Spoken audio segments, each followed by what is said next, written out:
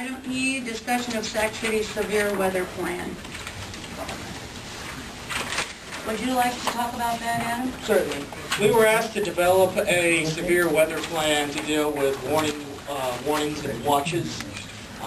It was recommended to us by the Sac County Emergency, Emergency Management Board. Thank you.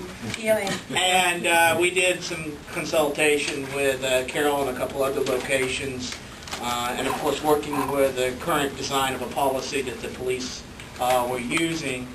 We worked out a plan for the city, which would include a first line of defense through the city, through the police department, and a second line of defense through the fire department. There was some insurance issues that had to be overcome. One of the ways that we agreed to resolve the issue was that the firemen, instead of taking their own vehicles out into the severe weather, would come down and pick up city vehicles and use the city vehicle during their watch period of time. I spoke over this with Jack and Bob, and they both consented that it made sense and would work. So that was how we did resolve probably the biggest hurdle in the plan to have both groups available to provide that watch.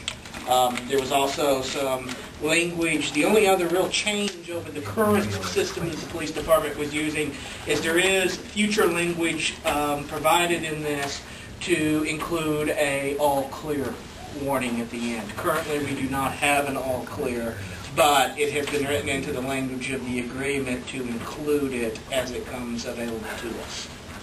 And this was suggested at a meeting that I attended where all the county people were there. And these are some of the procedures that they do in their cities as well. They include the firemen. And the sheriff was very much in favor of coordinating all efforts for the safety of the citizens. Tonight I'm only submitting it to you for discussion purposes. We would follow up in the future with an opportunity to consider for a vote. Just for this time period, it was only for your review and an opportunity to ask questions and offer up some changes to the current literature. Do you have any comments, John? No, looks very good. I do have a question. I'm just kind of curious what kind of training goes into, let's say, qualifying as a storm watcher. Is there Anybody that goes through the police academy goes through several hours of it, and then we just had a class right 2 months ago out at Bullocks, which I was here. I didn't get to attend. Okay. It was an accounting. Some of the officers went. So are most of the firemen I don't know about the firemen. The policy puts it on the police chief's shoulders to provide the training to the fire department. I know in the past that civil defense has also put on classes for the fire department for storm watching. I know they were trying to get one coming up. Are we gonna- Our guys through it. Are we going to do that before we allow them to come get into the city vehicles? Actually, that little schematic has not been put into place yet, but them being used as a secondary source has been implemented for, they've been using it for years, from what I understand. So there may be an issue about the training in the past, but as far as will we allow them to do it, we've been allowing them to do it up to this point.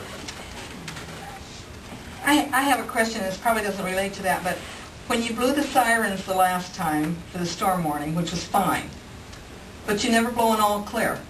That was actually one of the things we were just discussing is that we do not currently have an all clear set up. Okay. And that's why the language, the way it's been But written.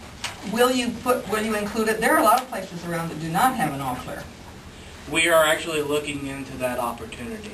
That's one of the reasons why the language of the plan included it is because one of the things that we have discussed is the possibility of looking into it and getting that arranged.